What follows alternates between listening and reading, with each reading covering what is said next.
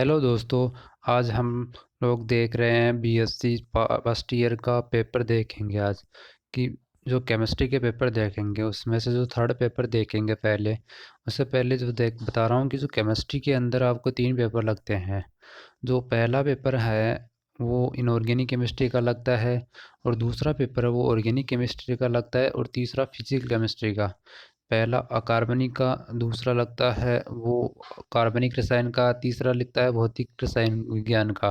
जो पहला पेपर होता है वो 33 मार्क्स का आता है, दूसरा पेपर आता है वो भी 33 मार्क्स का आता है, एंड जो नेक्स्ट जो पेपर आता है, जो लास्ट पेपर है थर्ड पेपर, वो भी 34, तो वो 34 मार्क्स का आता है। तो हाईएस्ट मार्क्सिंग वाला पेपर वो थर्ड पेपर है, उसको भौतिक रसायन भी कहते हैं। वो पेपर अब देखते हैं कि जो जो पिछली साल आया था उस पेपर कैसा आया था, वो देखते हैं अब। ये फर्स्ट जो बीएससी फर्स्ट ईयर का जो केमिस्ट्री का थर्ड पेपर है, इसमें क्या बता रखा है कि ये 3 घंटे लगता है। मैक्सिमम मार्क्स बता रखा है 34, 34 मार्क्स का। इसमें क्या करना है कि जो 5 पर्सन होते हैं, 5 पर्सन करने हैं, और एक इकाई में आपको एक क्वेश्चन करना है। तो एक इकाई में 2 या 3 क्वेश्चन दे सकता है। तो उनमें से केवल आपको एक क्वेश्चन अटेम्प्ट करना है, बाकी का नहीं करना। दोनों जो भी आए उनमें से कोई एक अटेम्प्ट करना है। जैसे यूनिट फर्स्ट है, उसमें आपको क्वेश्चन दे रखा है फर्स्ट का। पहला क्वेश्चन दे रखा है वो क्या दे रखा है, एक सीधी रेखा के लिए समीकरण दे रखा है। उसके लिए ढलान इतना दे रखा है, खंड अंतःखंड इतना दे रखा है। तो इसके लिए एक समीकरण लिखना है, इक्वेशन लिखनी है। और दूसरा क्वेश्चन है कि डिफरेंशिएशन बताना है।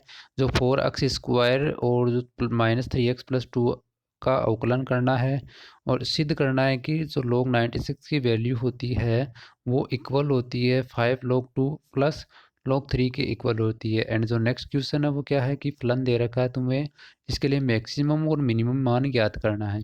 और जो इसका अथवा में है, यूनिट फर्स्ट का सेकंड क्वेश्चन है, उसमें ये बता रखा है थर्मोग्राफी और 7 खंड शेल ठोस द्रव क्रिस्टल एवं द्रव अवस्था में अंतर बताना है। तो ये चीज़ है, दोनों में से आपको कोई सा भी एक अटेम्प्ट कर देना है।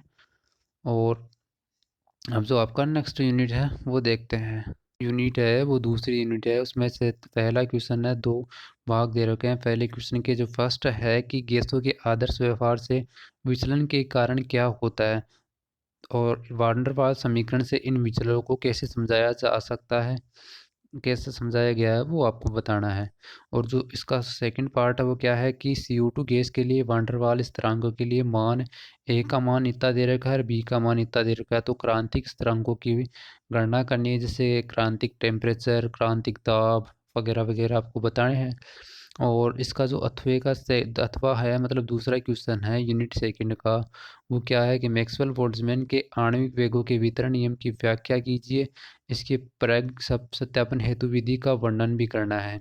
एंड जो इसका सेकंड पार्ट है वो क्या है कि ऑक्सीजन अणुओं का टेम्परेचर 27 डिग्री सेंटीग्रेड टेम्परेचर दे रखा है, वर्ग माध्य मूल वेग, माध्य वेग व प्रायिकता वेग की गणना करनी है। जो यूनिट थर्ड है उसमें भी दो क्वेश्चन दे रखे हैं ये वाले, उसमें से आपको एक करना है। जैसे पहला क्वेश्चन क्या है, क्रिस्टलों के ब्रेक समीकरण n lambda equals to 2d sine theta की व्युत्पत्ति करना है कि कैसे व्युत्पन्न हुआ, कैसे ये समीकरण बना, इसके बारे में आपको बताना है। और NaCl क्रिस्टल संरचना के अध्ययन में इसके प्रयोग की विवेचना बतानी है। उन क्रिस्टल तलों के मिलर सूचकांक ज्ञात कीजिए जो क्रिस्टल अक्ष को निम्न पर काटते हैं। तो मिलर सूचकांक के बारे में बताना है। और यहाँ पे ये दो क्वेश्चन ना, सममितता के नियम से आप क्या समझते हो, एक घनीय क्रिस्टल में कुल सममिति तत्व 23 होते हैं, समझाइए।